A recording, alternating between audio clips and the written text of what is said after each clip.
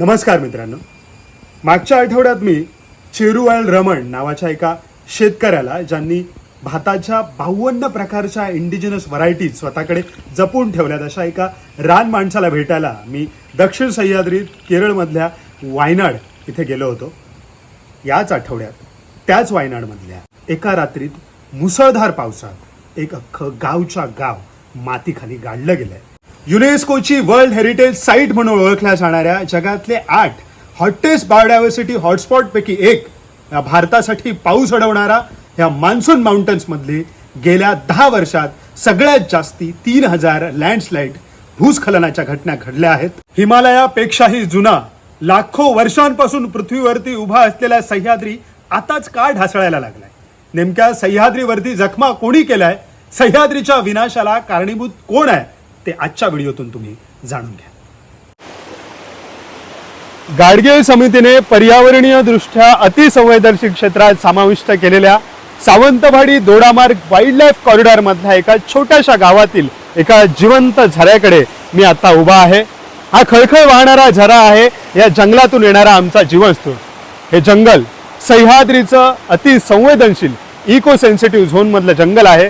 हे जंगल आहे किंग कोब्राचा, पट्टेरी वाघाचा हॅबिटॅट, ज्याला आम्ही राखणदार म्हणून पुजतो. साधारण 15 वर्षापूर्वी केंद्र सरकारने पश्चिम घाटाच्या अभ्यासासाठी श्री माधव गाडगीळ यांच्या अध्यक्षतेखाली एक समिती नेमली होती. या समितीने संपूर्ण केरळपासून गुजरातपर्यंत साधारणपणे 1600 किलोमीटरच्या ह्या पश्चिम घाटाच्या वेगवेगळ्या ठिकाणी जाऊन तिथल्या गावांमध्ये राहून इथल्या बायोडायव्हर्सिटीचा, इथल्या वाईल्ड लाईफचा, इथल्या जनजीवनाचा, इथल्या लाईव्हलीहूडचा, इथल्या कम्युनिटीजचा अभ्यास करून त्यांनी एक अहवाल सरकारला दिला.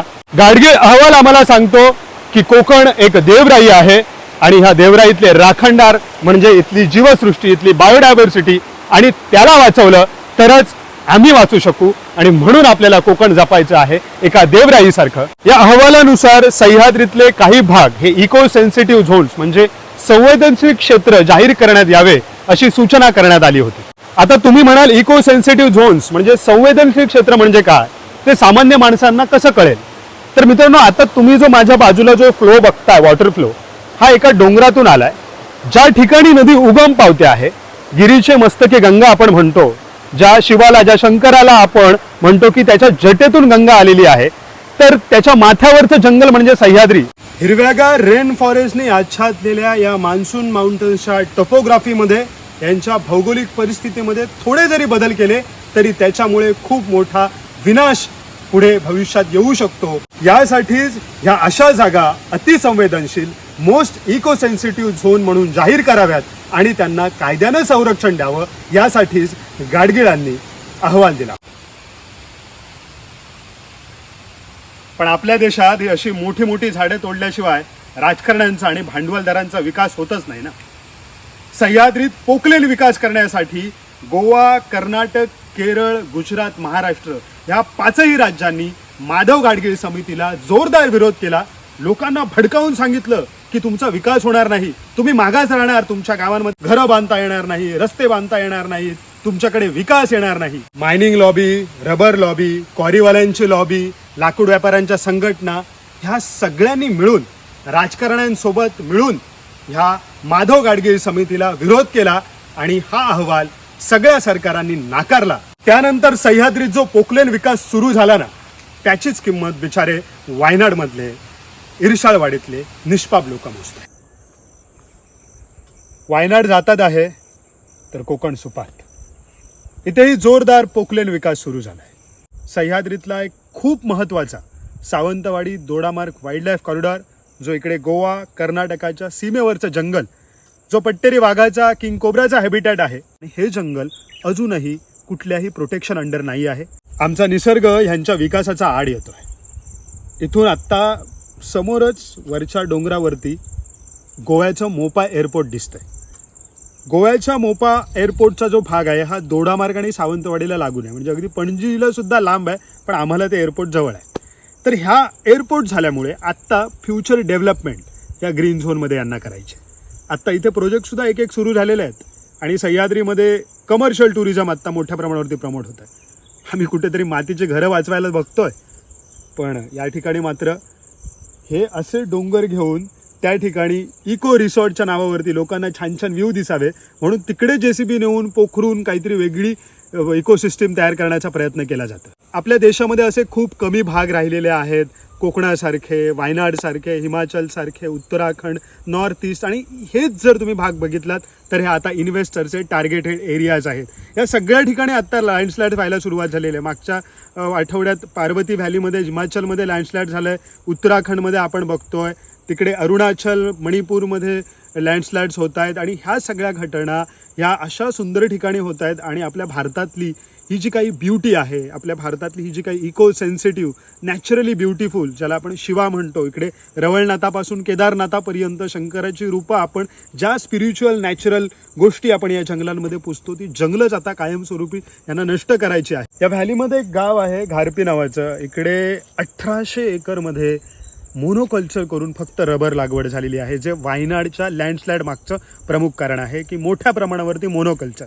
तर काय असतं ना, ही जी सह्याद्रीतली जी रेन फॉरेस्टमधले जी झाडं आहेत, जी मोठी अवाढव्य झाडं आहेत, ते नॅचरल फॉरेस्ट आहे.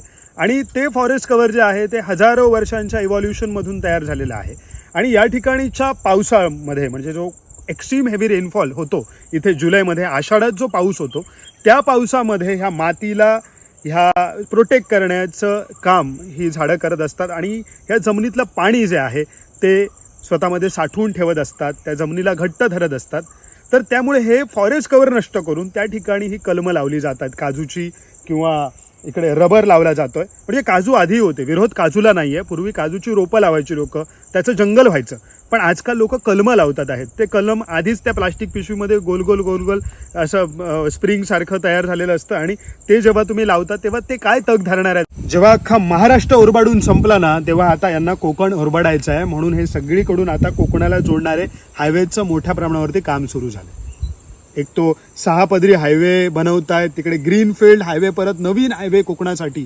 म्हणजे कोकणाच्या प्रत्येक गावातून हायवे गेला तर कोकणाचा विकास होईल, अशा पद्धतीचं काहीतरी चित्र डोळ्यांसमोर लोकांच्या उभं केलं जातं. त्या पोकलेन विकासातून जर आपल्याला आपला कोकण, आपला सह्याद्री खरंच वाचवायचा असेल तर माधव गाडगीळ समितीचा अहवाल स्वीकारण्यासाठी आपल्याला सरकारकडे हट्ट धरायला लागेल. आज सुप्रीम कोर्टाने एक नोटिफिकेशन जाहीर केली आहे, ज्याच्यामध्ये या 5 स्टेट्समधल्या वेगवेगळ्या सह्याद्रीतल्या भागांना प्रोटेक्शन देण्यासाठी गाईडलाईन दिलेली आहे सुप्रीम कोर्टाने. ही जी लॉबी आहे त्याचा सरकारवरती प्रेशर आहे. ह्या लॉबीतली माणसंच कदाचित सरकार चालवत असतील. त्यांची ही एक गुंतवणूक झालेली आहे. जशी त्यांची रिफायनरीत गुंतवणूक आहे, तशी या ठिकाणी त्यांची रिअल इस्टेटमध्ये गुंतवणूक आहे. आणि त्यांना आता हा भागातून लूट करून, पटापटा पैसे कमवून इथल्या कम्युनिटीजला, इथल्या गावांना उद्ध्वस्त करून लवकर मोठा व्हायचं आहे. त्यामुळे आपल्यालाही राजकारण्यांची, नेत्यांची चाल ओळखणं खूप गरजेचं आहे.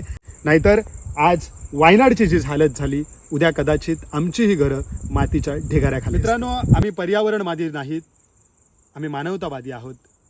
पृथ्वी 450 कोटी वर्षांपूर्वी निर्माण झाली, ती पुढेही असणार आहे. पण या पृथ्वीवरती माणूस जगायला पाहिजे, तर हे सगळं जल, जंगल आणि जमीन वाचायला पाहिजे. आज आपली गावं होती त्यावेळेस आपण कोरोनामध्ये येऊन इथे बिंदास जगू शकलो, शुद्ध हवा घेऊ शकलो, बेस्ट क्वालिटी फूड आजही आपल्या त्या गावातली लोकं खातात आहेत, रोग नाही आहे. पण उद्या जरी गावं संपली तर आपल्यालाही कुठेतरी बाहेर शहरांमध्ये, झोपडपट्टीमध्ये जाऊन राहण्याची व्यवस्था होईल. ज्या सह्याद्रीने आमच्या हजारो पिढ्या जगवल्या, ज्या सह्याद्रीने छत्रपती शिवाजी महाराजांच्या स्वराज्याचं संरक्षण केलं, त्या सह्याद्रीचं संरक्षण करण्याची जबाबदारी आज आपली आहे. सह्याद्रीच्या तळी शोभते हिरवे तळ कोकण, राष्ट्रभूमीचे निसर्ग निर्मित केवळ नंदनवन.